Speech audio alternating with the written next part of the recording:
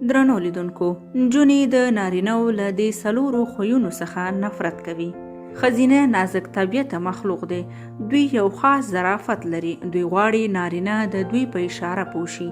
مطلب غواړي نارینه د دوی په شفر باندې پوه شي. هغه نارینه چې په اشاره او لنډه خبره نه پوهیږي د ښځینه‌و هیڅ نه خوښیږي. د ښځینه‌و یو بل نه خوښیدونکي نارینه بیا هغه خلک دي چې د کلام او خبرو عفت نه مراعات کوي او څه چې په خوله ورځي هغه وایي. ښځینه هرې مسلې او هرې خبرې ته فوراً نه تیاریږي. مطلب دوی ته باید لومړی په یوه بله بهانه خبرې پیل شي او وروسته ورته خپل مطلب بیان شي.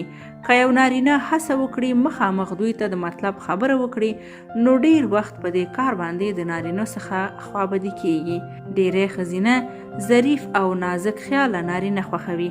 د مثال په ډول کله چې یو نارینه د دوی د ورځې د څه ډول تیریدو احوال اخلي او یا هم که لږ شان وټوخیږي او یا یې تبه شي نو فوراً ورته وایي چې ډاکټر ته ولاړ شو. د دوی دا ډول نارینه خوښیږي.